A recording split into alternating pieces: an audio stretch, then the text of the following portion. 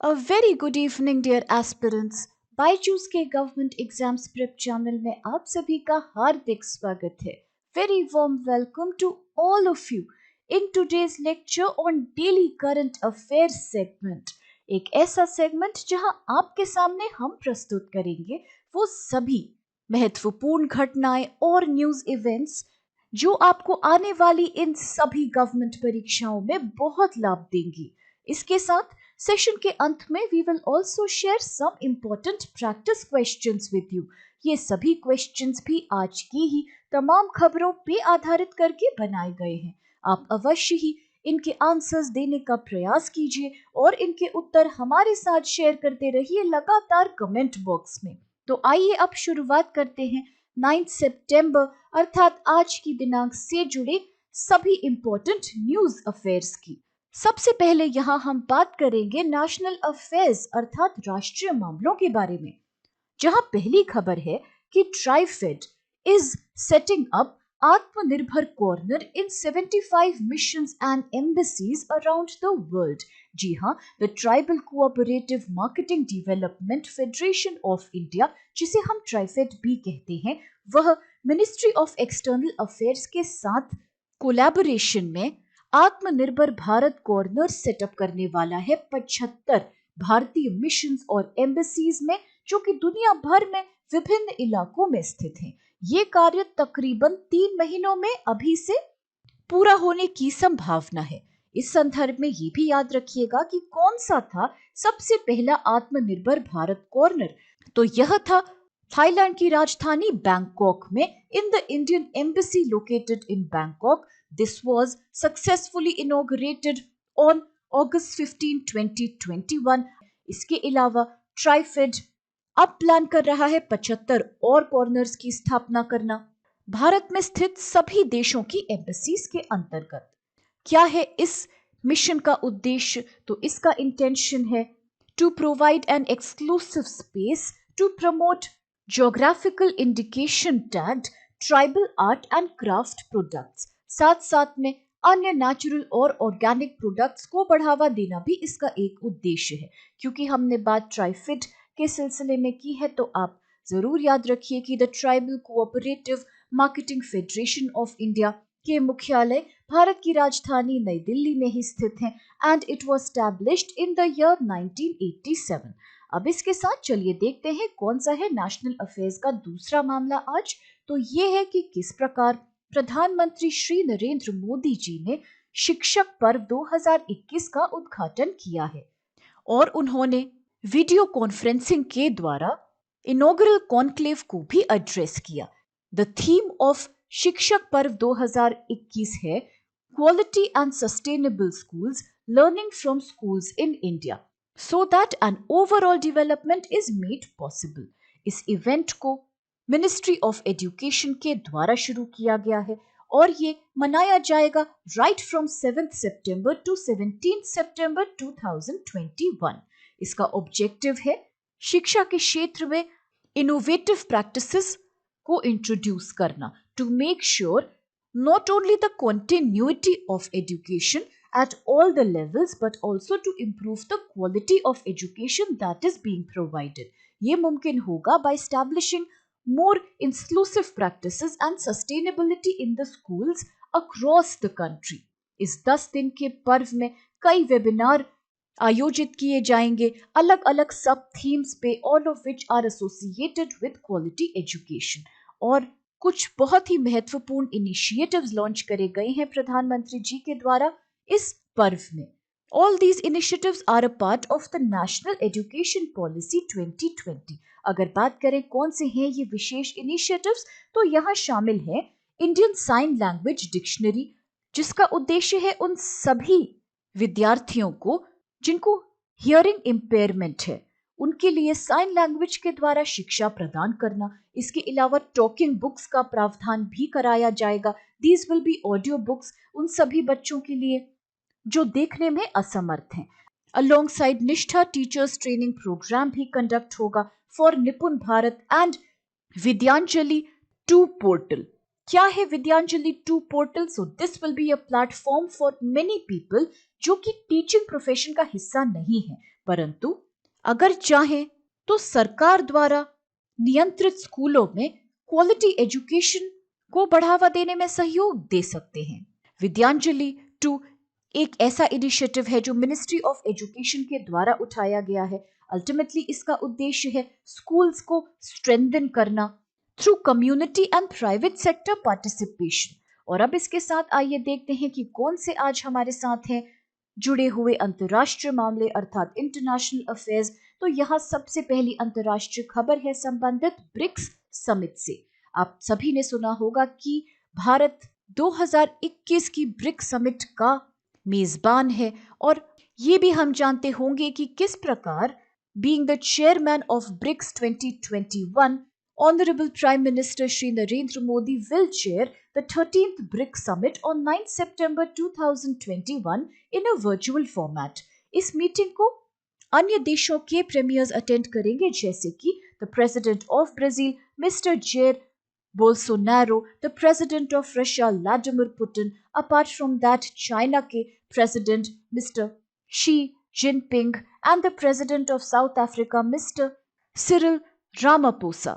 और ये बहुत स्वाभाविक सी बात है क्योंकि ब्रिक्स का तात्पर्य तो हम जानते ही हैं कि it is an association of 5 major emerging economies of the world, जिसमें शामिल हैं Brazil, Russia, India, China and South Africa.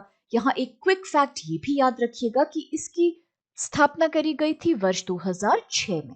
और अब अगर चर्चा करें 13वीं ब्रिक्स समिट की जो फिलहाल चल रही है, तो थीम इस बार है ब्रिक्स एट द रेट 15, जिसका अर्थ है intra BRICS cooperation to ensure continuity, consolidation and consensus. Bharat ने 4 प्रायोरिटी एरियाज आइडेंटिफाई किए हैं अपनी चेयरमैनशिप के अंतर्गत। ये संबंधित हैं इन अहम मुद्दों से। सबसे पहला है reform of multilateral system, counter terrorism, using digital and technological tools to achieve the sustainable development goals, और इसके साथ साथ enhancing people to people exchanges. यही नहीं, क्योंकि विश्व कोविड-19 महामारी से जूझ रहा है, तो the leaders of these countries will also talk about the impact of covid pandemic और इसके साथ कई अन्य मौजूदा वैश्विक और क्षेत्रीय मुद्दे। श्री मोदी ब्रिक्स की समिट को चेयर कर रहे हैं। इनफैक्ट इसके पहले भी उन्होंने गोवा समिट 2016 को चेयर किया था। परंतु इस बार बात और भी खास हो जाती है क्योंकि इस साल द चेयरमैनशिप ऑफ ब्रिक्स जो कि भारत संभाल रहा है is coinciding with the 15th anniversary of the BRICS. इसीलिए थीम भी इस बार ब्रिक्स एट द रेट 15 रखी गई है। और अब चलिए इसके साथ जल्दी से देखते हैं कौन सा है आज का दूसरा इंटरनेशनल अफेयर। तो यहाँ हम बात करेंगे एक बहुत ही यूनिक मिशन की, जो है इंस्पिरेशन 4 मिशन। जी हाँ, ये वही मिशन है जिसे इलॉन मस्क द्वारा ओन्ड स्पेस एक्स ने हाल ही में अनाउंस किया है। इंस्पिरेशन 4 होगी सबसे पहली all civilian non governmental space flight और ये 15 सितंबर को लॉन्च होने वाली है। इसमें इस्तेमाल किया जाने वाला है द क्रू ड्रैगन स्पेसक्राफ्ट और इसे लॉन्च किया जाएगा नासा के केनेडी स्पेस सेंटर से, जो कि फ्लोरिडा में है।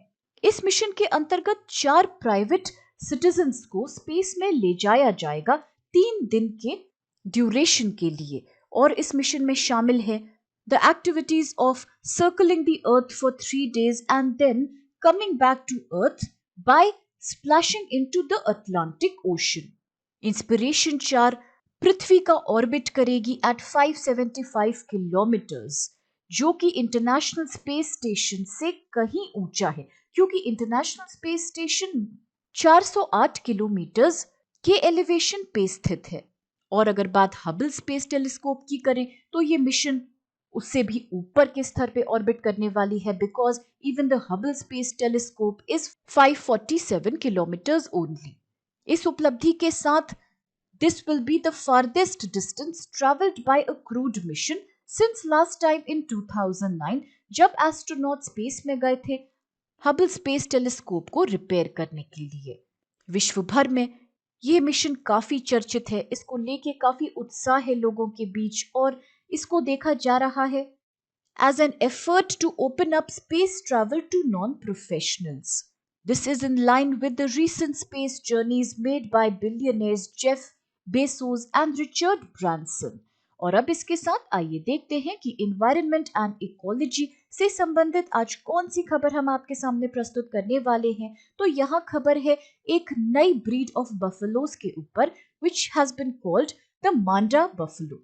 हाल ही में the national bureau of animal genetic resources, जिसे NBAGR भी कहते हैं, उसने मांडा बफेलो को रिकॉग्नाइज किया है as the 19th unique breed of buffaloes that are found in India. कहाँ पाई जाती है इस तरह की बफेलो की ब्रीड? तो ये सबसे ज्यादा पाई जाती है भारत के ईस्टर्न घाट्स एरिया में और उड़ीसा राज्य के कोरापुट इलाके में। मांडा भैंस में कई विशेषताएं हैं जो अन्य ब्रीड से काफी अलग हैं, which makes them very special for farmers and the agriculture sector। ये विशेषताएं हैं कि ये बफेलोज रेजिस्टेंट हैं to any infections by parasites और ये डिजीजेस के लिए भी कम प्रोन हैं। कम से कम रिसोर्सेज और सबसे ज्यादा साधारण संसाधनों से भी इनको अच्छे से पाला जा सकता है। This buffalo germplasm was first identified through a survey जो कंडक्ट करी थी by animal resource development ARD, the department of Odisha, in collaboration with Odisha university of agriculture and technology. अगर बात करें कुछ फिजिकल फीचर्स की इस ब्रीड ऑफ बफेलोज के, so they have flat forehead, साथ में short muscle and broad semi circular horns इनमें पाए जाते हैं। ईस्टर्न घाट्स में भारत के तकरीबन 1 लाख के करीब मांडा बफेलोज पाई जाती हैं। क्योंकि हमने चर्चा NBAGR की है, सो प्लीज रिमेंबर कि ये एफिलिएटेड है to the Indian council of agriculture research. और कहाँ है ये सिचुएटेड? तो ये है हरियाणा राज्य के करनाल डिस्ट्रिक्ट में लोकेटेड। और अब इसके साथ आइए देखते हैं कि हम बात करेंगे आज किस इंपॉर्टेंट स्कीम या किस इंपॉर्टेंट कमीशन की। तो आज हम बात करने वाले हैं सेंट्रल गवर्नमेंट की एक इंपॉर्टेंट स्कीम की, जो है प्रधानमंत्री वय वंदना योजना। इस स्कीम को लॉन्च किया गया था सबसे पहले वर्ष 2017 में और ये स्कीम एक पेंशन स्कीम है गवर्नमेंट ऑफ इंडिया की, which has been created specially for the senior citizens, उन सभी वरिष्ठ नागरिकों के लिए है जिनकी उम्र 60 वर्ष से ऊपर की है। इसको उपलब्ध कराया जा रहा है मई 2017 से लेकर 2020 तक, परंतु ये था इसका इनिशियल पीरियड। हाल ही में 2020 से इसकी अवधि और ज्यादा एक्सटेंड कर दी गई है। अब ये हो गया है 2023 तक, which means 3 more years of benefit for the senior citizens। इस स्कीम को इम्प्लीमेंट किया जा रहा है through LIC, which is the Life Insurance Corporation of India, and it is open for subscription until 31st March 2023। इसके अंतर्गत एक assured rate of return provide किया जाएगा इनिशियली पर annum for the year 2020 to 2021 और इसके बाद this rate will be reset every year. Financial year 2021 और 22 में ये स्कीम एक अश्योर्ड पेंशन प्रोवाइड करेगी of 7.40% payable monthly. This assured rate of pension shall be payable for the full policy term of 10 years for all those policies purchased until 31st March 2022। और अगर policy खत्म होने के अंत तक उपभोक्ता is continuing to be alive, तो purchase price along with final pension installment shall be payable to the beneficiary। इसके साथ चलिए देखते हैं कि कौन से चर्चित व्यक्ति आज सुर्खियों में है। तो यहाँ हम बात करने वाले हैं मिस्टर अरुण कुमार सिंह की, because he has been appointed as the new CMD of Bharat petroleum corporation of India BPCL। जी हाँ, सेंट्रल गवर्नमेंट ने इन्हें नियुक्त किया है as the full-time chairman and managing director of BPCL। He is Mr. Arun Kumar Singh. इसके पहले यह डायरेक्टर का पद संभाल रहे थे in the marketing department at BPCL itself। इसके पहले के पद्माकर, जो कि डायरेक्टर ह्यूमन रिसोर्सेज थे, वह एडिशनल चार्ज निभा रहे थे CMD का। कब से? सितंबर 2020 से। Ever since his predecessor N Vijay Gopal had retired on July 31st 2020, परंतु इनकी नियुक्ति से अब इस पद को ऑफिशियली भर दिया गया है। और अगर बात हम भारत पेट्रोलियम की करें, so we know that it is an Indian government owned oil and gas corporation. ये आता है under the ownership of ministry of petroleum and natural gas the government of India. ये भी हम अवश्य जानते होंगे कि इसके मुख्यालय मुंबई में स्थित है, that is the capital of Maharashtra. और अगर बात करें कि कब हुई थी स्थापना बीपीसीएल की, सो दिस वाज इन 1952।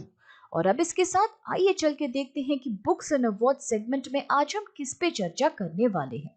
तो यहाँ आज हम चर्चा करेंगे अमर्त्य सेन के बारे में। हम सभी जानते हैं कि वह एक भारतीय इकोनॉमिस्ट हैं, अर्थशास्त्री हैं और एक फिलोसोफर हैं जो 1972 के बाद से ही इकोनॉमिक्स के वेरियस फील्ड्स में काम कर रहे हैं और पढ़ा रहे हैं in United kingdom and United states of America. इनका स्पेशलाइजेशन अर्थशास्त्र के कई डोमेन्स में है, जैसे कि welfare economics, social choice theory, economic and social justice, यही नहीं also economics of फेमीन्स।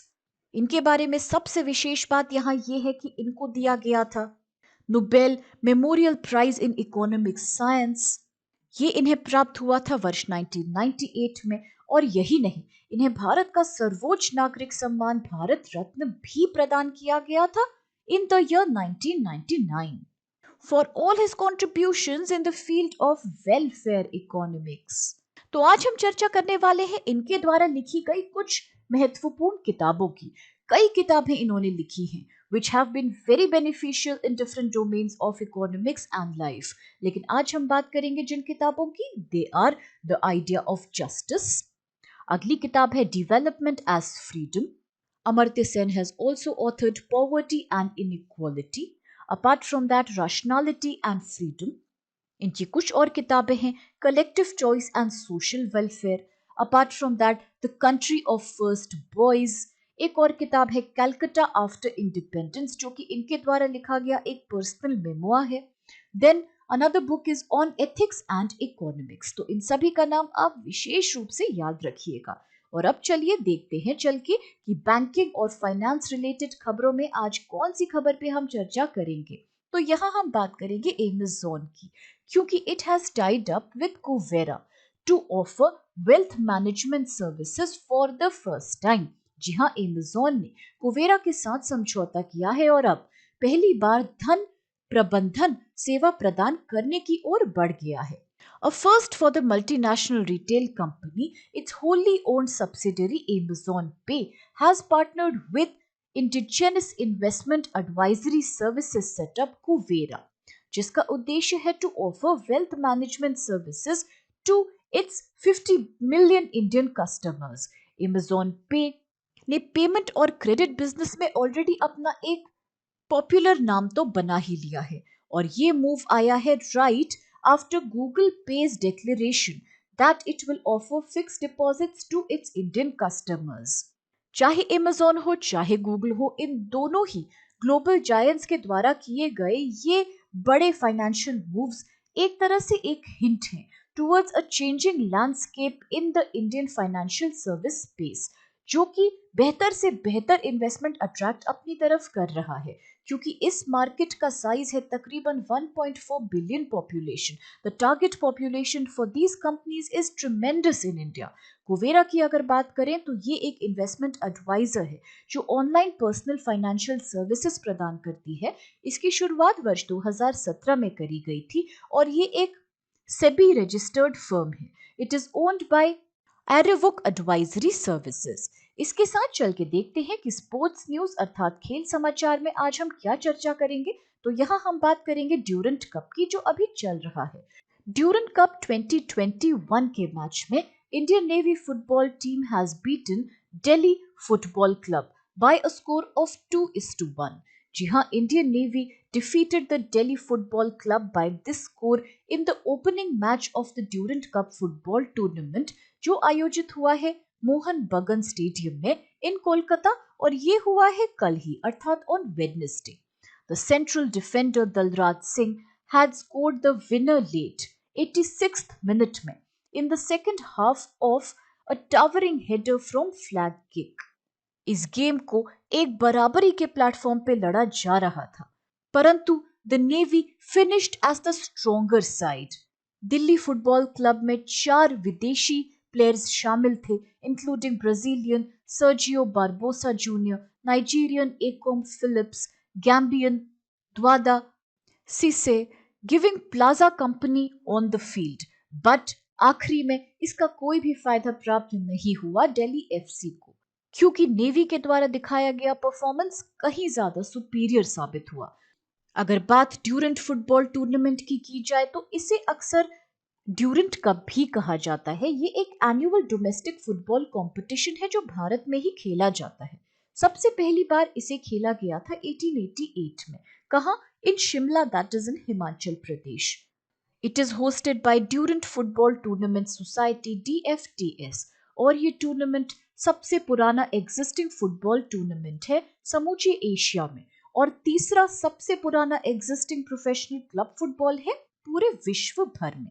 The 2021 Durant Cup is the 130th edition of the Durant Tournament. और अब देखते हैं कि आज के दिन कौन सा इम्पोर्टेंट डे या महत्वपूर्ण दिवस मनाया जाता है। तो आज के दिन ऑब्जर्व किया जाता है the international day to protect education from attack. This is celebrated every year on 9 सितंबर itself. It is a day that has been recognized by UN, अर्थात संयुक्त राष्ट्र के द्वारा मान्यता प्राप्त दिवस है ये, and its celebration took place for the first time in 2020. It followed the resolution that was presented by Qatar, and it was co-sponsored by 62 other countries as well. इस दिन का उद्देश्य क्या है? तो उद्देश्य है कि छात्रों और शिक्षकों के लिए सुरक्षा प्रदान करना, and also to ensure that students and educators are all safe. और स्कूलों की सेफ्टी को एक इम्पोर्टेंट एजेंडा बनाना, इनफैक्ट सबसे ज्यादा जरूरी पब्लिक एजेंडा के रूप में स्टैब्लिश करना। यूएन इस दिन कॉल करता है for attention to prevent attacks on education and to do more to mobilise resources for humanitarian funding and educational programmes. UNESCO अर्थात United Nations educational, scientific and cultural organisation और UNICEF अर्थात United Nations children's fund, दोनों ही मिल के facilitate करते हैं this annual observance in close collaboration with partners within as well as outside the United Nations system. और अब चल के देखते हैं कि कौन से इंपॉर्टेंट फैक्ट्स पे आज हम चर्चा करने वाले हैं यहाँ। So today we will talk about the important governing bodies of various sports, अर्थात कई स्पोर्ट्स और उनसे संबंधित गवर्निंग बॉडीज की चर्चा आज हम करेंगे। सबसे पहले we will talk about the famous game tennis. कौन सी है विश्व की सर्वोच्च body that governs the sport of tennis? So this is international tennis federation ITF. It governs world tennis, wheelchair tennis and beach tennis. इसकी स्थापना वर्ष 1913 में की गई थी as the international lawn tennis federation by 12 national associations. अगर बात इसके हेडक्वार्टर्स की करें तो ये है यूनाइटेड किंगडम की राजधानी लंदन में स्थित। अब बात करते हैं बैडमिंटन की। तो बैडमिंटन के क्षेत्र में the highest governing body at the international level is badminton world federation BWF. It has been recognised by the international Olympic committee. इसको 1934 में स्थापित किया गया था और इसके मुख्यालय हैं मलेशिया देश की राजधानी कुआलालंपुर में सिचुएटेड। इसके साथ अगर हम बात गोल्फ की करें तो यहाँ the highest governing body is international golf federation and it was founded in 1958। यह भी IOC के द्वारा मान्यता प्राप्त ऑर्गेनाइजेशन है। और अगर बात इसके मुख्यालय की जाए तो ये स्विट्जरलैंड देश में स्थित एक शहर लौसाने में स्थित है। If we talk about football, so in football the highest body is FIFA, जिसका नाम हम सबने ही सुना होगा। तो FIFA stands for international federation of association football. यह एक नॉन प्रॉफिट ऑर्गेनाइजेशन है जो गवर्न करती है the game of association football, futsal and beach football. इसको स्थापित किया गया था 1904 में और इसके हेडक्वार्टर्स भी स्विट्जरलैंड में ही है, परंतु एक दूसरे शहर में which is called Zurich. With this अब देखते हैं आज का अगला खेल। तो यहाँ हम बात कर रहे हैं वेट लिफ्टिंग अर्थात भारोत्तोलन की। तो यहाँ the highest governing body is international weight lifting federation IWF. It is headquarters in Switzerland as well in the city of लॉजाने।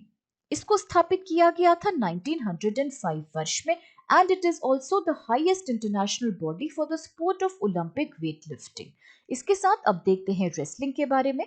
तो रेसलिंग या कुश्ती की हाईएस्ट इंटरनेशनल गवर्निंग बॉडी है यूनाइटेड वर्ल्ड रेसलिंग UWW।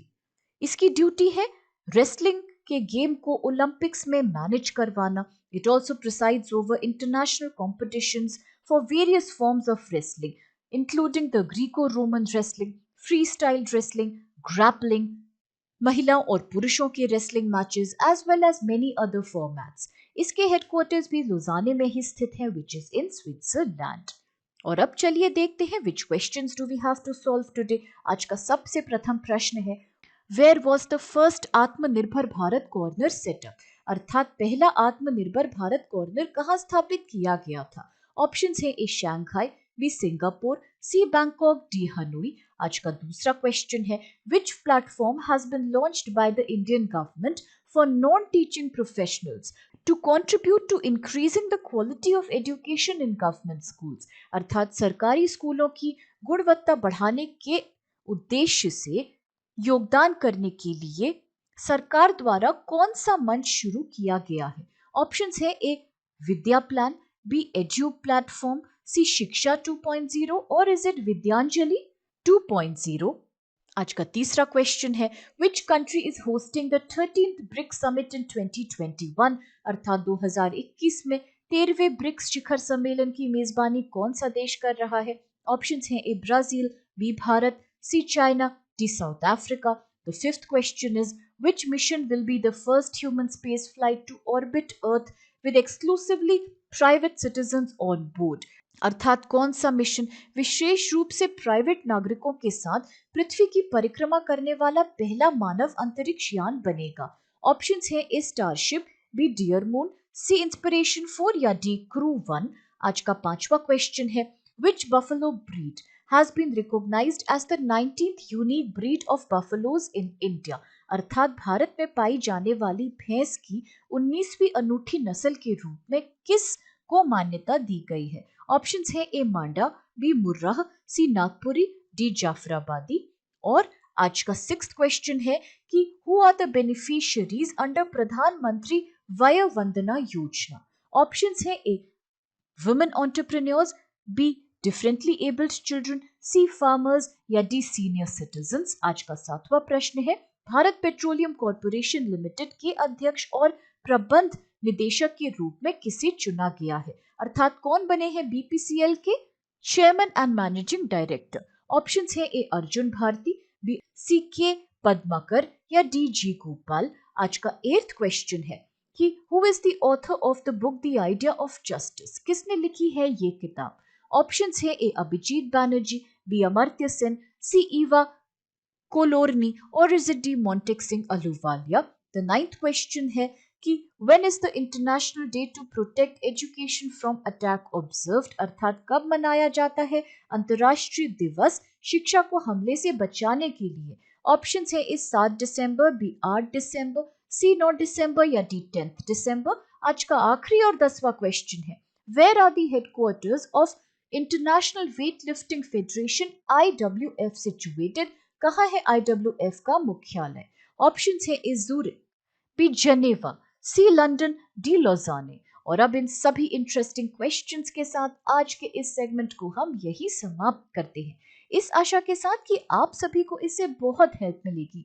दोस्तों अगर आपको वीडियो पसंद आए तो प्लीज चैनल को लाइक, शेयर और सब्सक्राइब अवश्य कीजिए। With this have a great day, please stay safe and thank you so much to all of you.